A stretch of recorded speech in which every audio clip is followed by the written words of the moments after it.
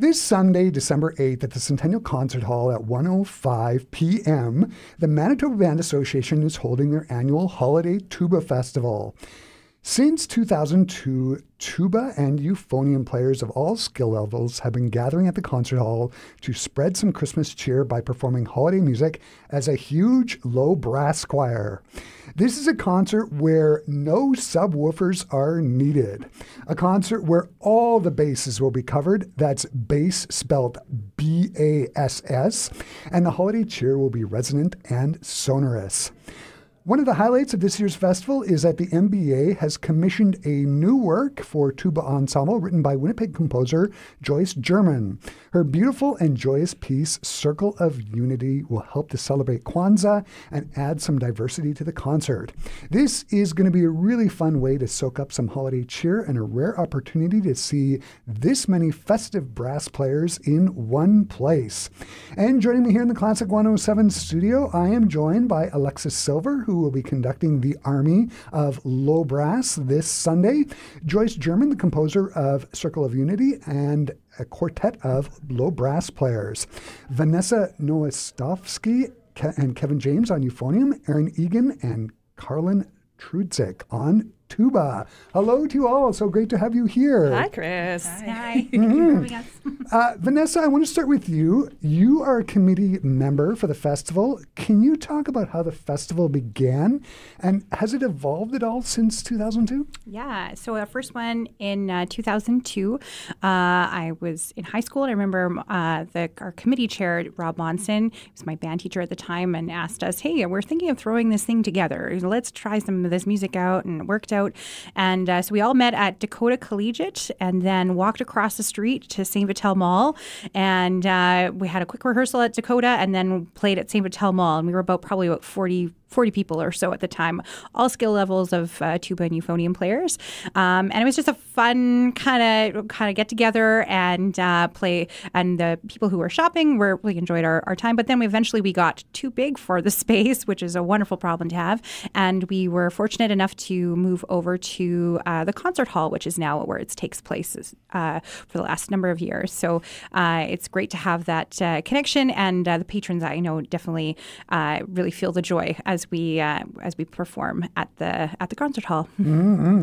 One of the things that is so cool about the festival is that the music is designed so that you can choose your level of difficulty in the Christmas carols. Vanessa, can you talk about the range of players and player experience that take part in the festival? Mm-hmm. So we wanted to make it as accessible as possible to the students and to experienced players. So we have a range of repertoire that you can choose from depending on your skill level, and anywhere from playing one note in a measure to playing every single note in the measure and beyond. So we can make it so that people who have been playing only for a few months on tuba euphonium can join us, and then are encouraged then to come back for more, and then each year they can play more and more of the pieces that are available.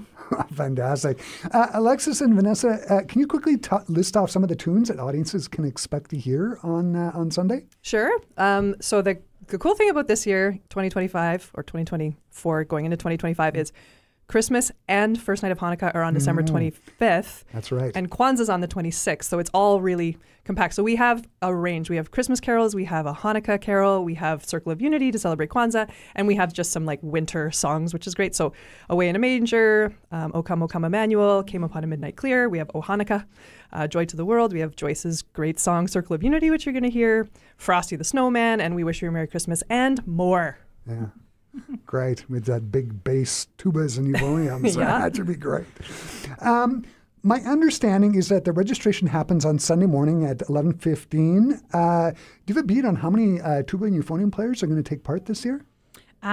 We haven't anything from like, I think 60 people to, I think our max was been like 120, 130 at one point just before COVID hit. So where every year since we've been able to have the festival back, we've been able to we've just seen growth every single year. And anywhere from like people who are seasoned low brass players to even, I have a few trumpet players in grade 7 who are coming and playing, grabbing a euphonium and playing as well. So they can be part of the fun too. So it's really neat to see that growth that's happening. Yeah, I have friends who are band directors who came and just sort of wanted to work on their low brass chops and just sit in. It's going to be great. You should play, Chris. Oh, yeah. Yeah, clarinet and tuba. Yeah. Not in my other side of my brain. Alexis, this is not your first rodeo. You've conducted the performance before. There is not a lot of rehearsal time beforehand. As a conductor, what kinds of things do you work on in the rehearsal beforehand? And I just think with that much bass in the room, how do you get them to play with a precise entrance and keep the sound from sounding muddy? You would think it sounds muddy, but when it's only these instruments, there's actually a really beautiful transparency of sound. So it doesn't get muddy, which is interesting. I think if it were a bunch of different instruments and we needed to make space for different colors, but it's just one color. So it is a pretty magical thing. But because, as Vanessa was saying, we have a level of players, I don't want their instruments to be on their faces for a full hour and then to play the concert for another 45 minutes because there can be some fatigue there. So we sing, we clap, we talk through things, we do a reasonable amount of playing. But we sort of just roadmap everything for the students to say, like, okay, first ending on this one. How do we feel about a repeat on this one? So it's a pretty fun rehearsal. We laugh a lot. What do you hope? What do you yourself hope you're going to take away from the performance as a conductor? And does this give you a new appreciation for your tubas in your own band? Yes. Yes. And I encourage all of my low brass players and some of my trumpets that want to read some TC parts to come and join in, because it is a special thing for these kinds of instruments, especially at a younger playing level, to get to play melody. And also just to have the experience of being together in this giant ensemble of low brass. That doesn't happen very often. But I would love to take all of them back to Sisler with me. It would be incredible to just have that much sound at the bottom end. I love it, yeah. Joyce, I'm going to turn it over to you. The Manitoba Band Association commissioned your piece. How long ago did they approach you? And can you talk about the commissioning process? When did this thing start? Yeah, of course. So Alexis contacted me back in early October, and she kind of talked to me about the festival in general and just how they were wanting to create a little bit more inclusivity and diversity with the range of pieces that they're wanting to add on the list. And she kind of brought it up as an option and was just asking to see if I knew anything about any other Kwanza pieces or anyone I knew who created Kwanza pieces before. But then ultimately it then turned with her asking if I would be able to write a piece. So I definitely hopped on to it right away. I was super excited about creating something new, and also just because I'm primarily always creating things for a jazz orchestra context kind of thing. So it was really cool to kind of add this diverse range of things to create for just in writing purposes in general. So yeah, and that's how it kind of became. I decided to come up with some ideas and inspiration, kind of grabbing things from my own upbringing, just as an African person in general, but then also with all the things that I have learned just about Kwanza in general. So I kind of meshed the two, and then the piece became a thing. You've sort of already done it, but I'm going to have you sort of go a little bit more in depth. We're going to hear the piece in like just a minute. I'm going to get you to set it up. Can you talk about some of like the rhythms that you use? And I understand that there's a call and response aspect of the piece. Yeah, so I named the piece Circle of Unity just with various reasons. Number one, as a South Sudanese person, just the circle in general is very symbolic in my culture and where I'm from. We usually use the circle as a form of people coming together to sing, to share different songs, different percussive aspects. It's just kind of very symbolic in a way, and I kind of wanted to add that into this tune as well, just because Kwanza celebrates a lot of things such as culture, sharing together, and unity in general.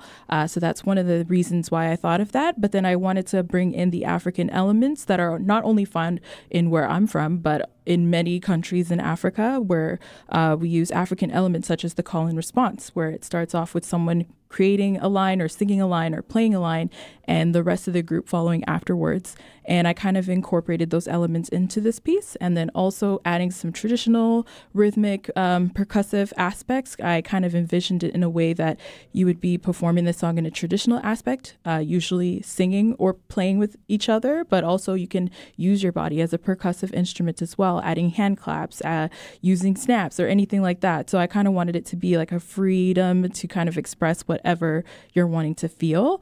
And that's how I kind of included that in the musical way.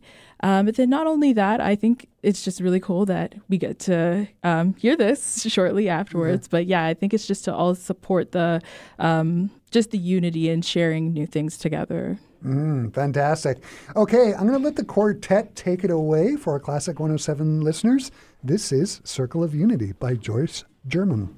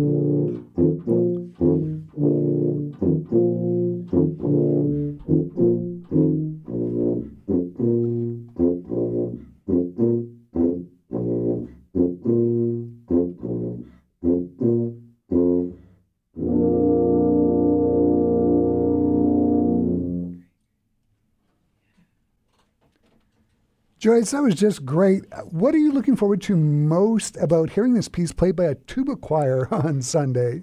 Oh, I'm just excited for everything. I honestly, I don't even think there's one specific thing. I think I'm just really excited to hear it in its full glory. Right now, it sounds amazing. So, yeah. They're performed by a huge group of tubas. Is going to be fantastic. Are there plans to have it available for school band, maybe rearrange for a full ensemble?